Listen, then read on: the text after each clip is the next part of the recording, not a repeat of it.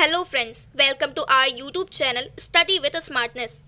इस वीडियो में हम एनटीपीसी के जनरल अवेयरनेस सेक्शन से रिलेटेड इंपॉर्टेंट क्वेश्चंस की 8th सीरीज देखेंगे।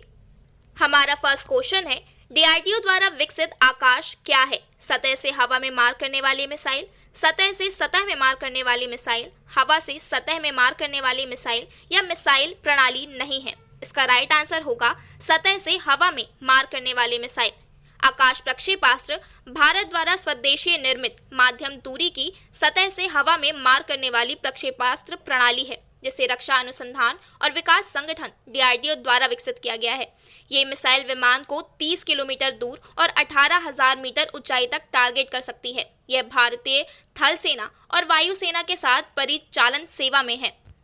नेक्स्ट क्वेश्चन है, सूर्य के अध्ययन के लिए इसरो द्वारा 2019-20 में प्रक्षेपित किए जाने वाले अंतरिक्ष यान का नाम क्या है? सूर्य, आदित्य, रवि या भास्कर?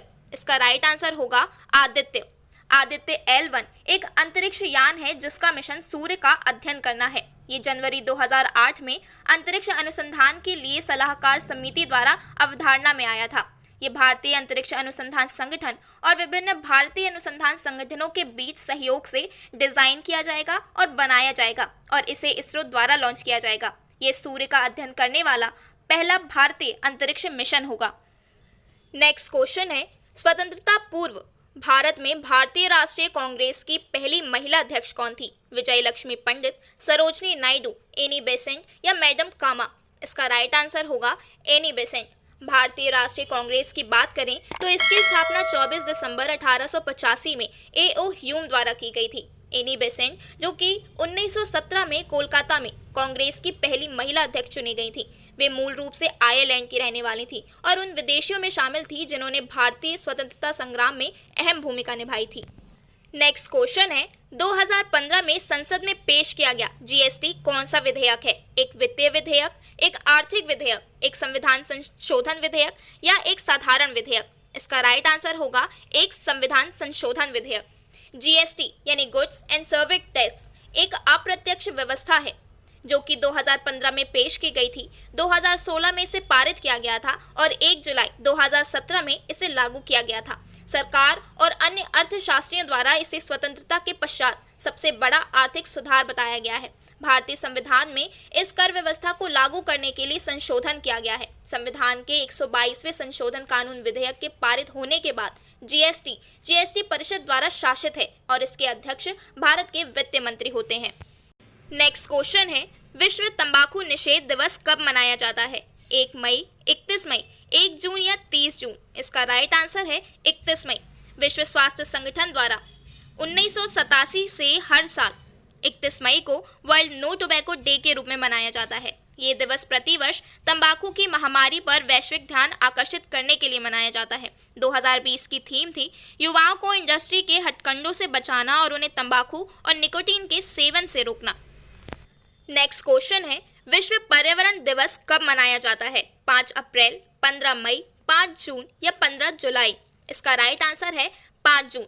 विश्व पर्यावरण दिवस 1974 से हर साल 5 जून को मनाया जाता है। इसका उद्देश्य लोगों में पर्यावरण के प्रति जागरूकता फैलाना है। 2020 की थीम सेलिब्रेट बायोडाइवर्सिटी यानी जैव विविधता को रखा गया था।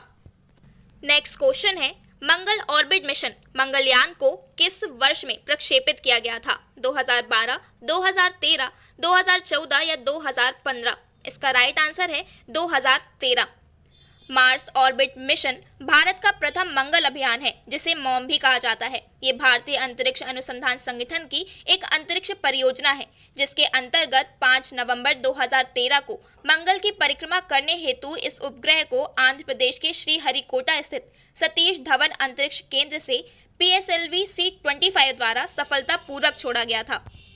नेक्स्ट क्वेश्चन है, डीबगिंग कौन सी प्रक्रिया है? एक सॉफ्टवेयर प्रोग्राम जो रोल आउट करने की है, एक सॉफ्टवेयर प्रोग्राम को संशोधित करने की, एक सॉफ्टवेयर प्रोग्राम में त्रुटियों की जांच करने की या एक कार्यक्रम की डिजाइन संरचना को बदलने की? इसका राइट आंसर होगा एक सॉफ्टवेयर प्रोग्राम में त्रुटियों की जांच करने की। डीबगिंग उस प्रक्रिया को कहते हैं जिसमें किसी कंप्यूटर प्रोग्राम या कंप्यूटर सिस्टम में निहित उन गलतियों को निकाला और उनका उचित समाधान प्रस्तुत किया जाता है जिसके कारण वह प्रोग्राम या सिस्टम ठीक से कार्य नहीं कर पा रहा है। नेक्स्ट क्वेश्चन है, भारत पाकिस्तान कारगिल युद्ध का कोड क्या था? ऑपरेशन ब्लू स्टार, ऑपरेशन विजय, ऑपरेशन विराट या ऑपरेशन कारगिल? इसका राइट आंसर है ऑपरेशन विजय। कारगिल युद्ध, जिसे ऑपरेशन विजय के नाम से जाना जाता है, भारत और पाकिस्तान के बीच मई और जुलाई 2099 के बीच कश्मीर के कारगिल जिले में हुए एक सशस्त्र संघर्ष का नाम है। पाकिस्तान की सेना ने नियंत्रण सीमा पार करके भारत की जमीन पर कब्जा करने की कोशिश की थी, किंतु इस युद्ध में भारत ने अपनी जीत हासिल कर ली थी। नेक्स्ट क्वेश्चन है, Yahoo personality of the year 2019 में प्रथम किसे घोषित किया गया है? 5 न्यायाधीशों की बेंच, धारा 370 का उल्लंघन, जीएसटी लागू करना या निर्भया बलात्कार कांड? इसका राइट आंसर है 5 न्यायाधीशों की बेंच।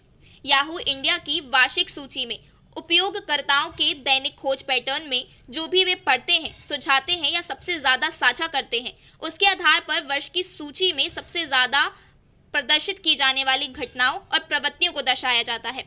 अयोध्या के फैसले को लेकर संविधान पीठ का फैसला सुनाने वाली 5 न्यायाधीशों की बेंच, जिसमें जस्टिस रंजन गोगोई, शरद अरविंद बोबडे, डीवाई चंद्रचूड़, अशोक भूषण और एस अब्दुल नजीर शामिल थे, इन्हें Yahoo personality of the year 2019 के रूप में चुना गया है, जबकि धारा 370 का उल्लंघन दूसरे नंबर पर है।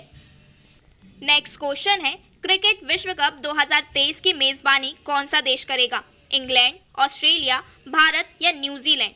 इसका राइट आंसर होगा Bharat. ICC cricket world cup एक दिवसीय अंतर्राष्ट्रीय क्रिकेट की अंतर्राष्ट्रीय चैंपियनशिप है, जिसे आईसीसी यानी इंटरनेशनल क्रिकेट काउंसिल द्वारा हर 4 साल में आयोजित किया जाता है। पहली बार वर्ल्ड कप 1975 में इंग्लैंड में आयोजित हुआ था और 2015 में भी इंग्लैंड ने ही इसकी मेजबानी की थी और इंग्लैंड ही विजेता घोषित किया गया था। अब 2023 में होने वाले आईसीसी क्रिकेट वर्ल्ड कप की मेजबानी भारत करेगा। नेक्स्ट क्वेश्चन है, यह कथन कि मानव के लिए यह छोटा सा कदम मानवता के लिए एक बड़ी छलांग है, किसके द्वारा कहा गया है?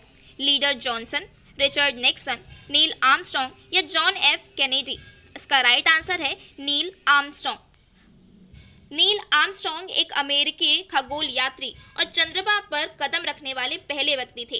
अपोलो 11 अभियान के अंतर्गत जुलाई 1969 में पहली बार चंद्रमा पर मानव सहित कोई यान उतरा था और आर्मस्ट्रॉन्ग उसके कमांडर थे। नील आर्मस्ट्रॉन्ग एरोस्पेस इंजीनियर, नौसेना अधिकारी, परीक्षण पायलट और प्रोफेसर के रूप में भी कार्य कर चुके हैं। नेक्स्ट क्वेश्चन है, निम्नलिखित एजेंटों में से कौन सा पेयजल की शुद्धता के लिए अच्छा है?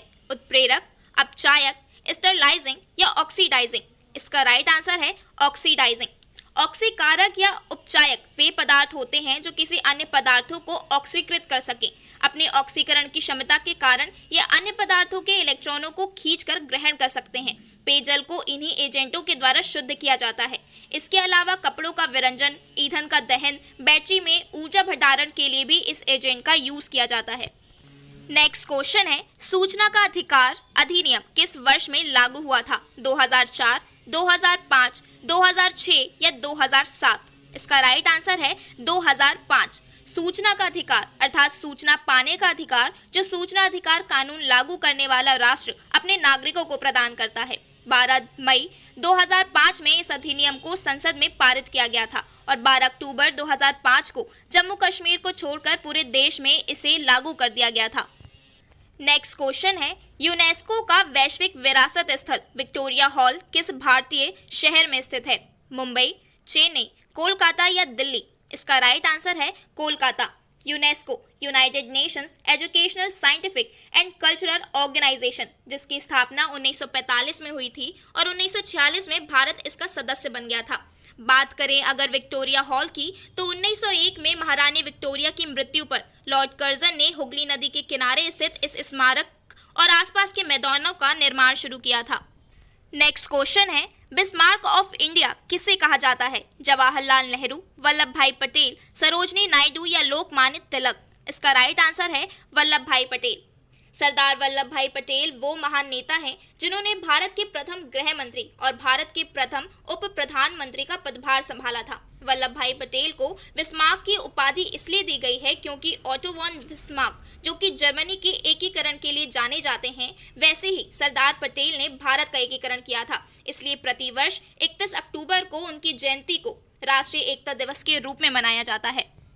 नेक्स्ट क्वेश्चन है, भारत सरकार द्वारा रुपए के इस चिन्ह को किस वर्ष में अपनाया गया था? 2009, 2010, 2011 या 2012? इसका राइट आंसर है 2010। भारतीय रुपए चिन्ह भारतीय रुपए के लिए प्रयोग किया जाने वाला मुद्रा चिन्ह होता है। ये डिजाइन भारत सरकार द्वारा 15 जुलाई 2010 को सार्वजनिक की गई थी। ये डिजाइन उदय कुमार द्वारा दी गई थी। अमेरिकी डॉलर, ब्रिटिश पाउंड, जापानी येन और यूरोपीय संघ के यूरो के बाद रुपया 5वीं ऐसी मुद्रा है जिसे उसके प्रतीक चिन्ह से जाना जाएगा। नेक्स्ट क्वेश्चन है, बायोस का पूरा नाम क्या है? Binary interchange operation system, basic input output system, beginner input operation symbol या बेसिक इंटरफेस ओरिएंटेड सर्विस? इसका राइट आंसर होगा बेसिक इनपुट आउटपुट सिस्टम। ये IBM कंप्यूटर को दिए जाने वाले निर्देशों का एक समूह होता है। ये निर्देश कंप्यूटर की एक चिप में स्टोर किया जाता है। इसका मुख्य कार्य कंप्यूटर को चालू करते वक्त सेल्फ टेस्ट का निर्देश देना होता है। कंप्यूटर के सभी भाग जैसे कि इनपुट और आउटपुट डिवाइसेस, इनका सेल्फ टेस्ट द्वारा ही निर्धारण किया जाता है कि ये सभी तकनीकी रूप से सही स्थिति में हैं या नहीं। नेक्स्ट क्वेश्चन है, भारत की सबसे लंबी सीमा किस देश के साथ है? पाकिस्तान, बांग्लादेश, चीन या नेपाल? इसका राइट आंसर है बांग्लादेश। भारत की स्थलीय सीमा की बात करें तो इसकी लंबाई 15,106.7 किलोमीटर है, जो कि 17 प्रदेशों के 92 जिलों में है और कुल 7 देशों से लगी हुई है। भारत में सबसे ज़्यादा लंबी स्थलीय सीमा का साझा बांग्लादेश के साथ किया है और सबसे कम अफगानिस्तान के साथ। बांग्लादेश के अलावा चीन, पाकिस्तान, नेपाल, म्यांमार और भूटान के साथ अफगानिस्तान ये ऐसे देश हैं जिसके साथ भारत अपनी सीमा साझा करता है। नेक्स्ट क्वेश्चन है, रूसी सुखोई 24 यानी Su-24 विमान को नवंबर 2015 में किसके द्वारा मार गिराया गया था? सीरिया, उत्तर कोरिया, अफगानिस्तान या तुर्की? इसका राइट आंसर होगा तुर्की। रूसी लड़ाकू विमान Su-24 सीरिया में तुर्की ठिकानों पर हमला करने के लिए एयरबेस से उड़ान भरी थी। तुर्की के अनुसार रूसी विमान ने कई बार तुर्की की सीमा में प्रवेश किया था, जिससे तुर्की ने F-16 लड़ाकू विमान से रूसी विमान पर हमला किया जो कि सीरियाई क्षेत्र में जा गिरा। नेक्स्ट क्वेश्चन है, निम्नलिखित में से कौन सा एक पर्सनल कंप्यूटर में कंप्यूटिंग करता है? CPU, मदरबोर्ड, रैम या बायोस? इसका राइट आंसर है CPU। पर्सनल कंप्यूटर में एक कंट्रोल प्रोसेसर यूनिट होती है जिसमें इंटीग्रेटेड सर्किट पर मैथमेटिकल, लॉजिकल और कंट्रोल यूनिट शामिल होती हैं। CPU को कंप्यूटर का ब्रेन कहा जाता है। इसका काम प्रोग्राम को एग्जीक्यूट करना और सभी कंपोनेंट के कार्यों को कंट्रोल करना है। नेक्स्ट क्वेश्चन है, निम्नलिखित में से कौन भारत रत्न से सम्मानित नहीं है? भीमसेन जोशी, AR रहमान, लता मंगेशकर या MS सुब्बुलक्ष्मी? इसका राइट आंसर है AR रहमान। भारत रत्न भारत का सर्वोच्च नागरिक सम्मान है। यह सम्मान राष्ट्रीय सेवा के लिए दिया जाता है। इन सेवाओं में कला, साहित्य, विज्ञान, सार्वजनिक सेवा और खेल शामिल है। इसकी स्थापना 2 जनवरी 1954 में भारत के तत्कालीन राष्ट्रपति श्री राजेंद्र प्रसाद द्वारा की गई थी। नेक्स्ट क्वेश्चन है, किस वर्ष में कैलाश सत्यार्थी और मलाला यूसुफजई को संयुक्त रूप से नोबेल शांति पुरस्कार दिया गया था? 2012, 2013, 2014 या 2015? इसका राइट आंसर है 2014। संयुक्त रूप से इन्हें शांति नोबेल पुरस्कार से सम्मानित किया गया था। 17 वर्षीय मलाला तब सुर्खियों में आई थी जब तालिबान आतंकवादियों ने लड़कियों की शिक्षा की वकालत करने को लेकर इन्हें गोली मार दी थी। उन्हें बच्चों की शिक्षा के अधिकार के लिए और कैलाश सत्यार्थी को बच्चों और युवाओं के दमन के खिलाफ संघर्ष करने के लिए इस पुरस्कार से नवाजा गया था। नेक्स्ट क्वेश्चन है, भारत की दूसरी सबसे लंबी नदी कौन सी है? नर्मदा, यमुना, ब्रह्मपुत्र या गोदावरी? इसका राइट आंसर है गोदावरी।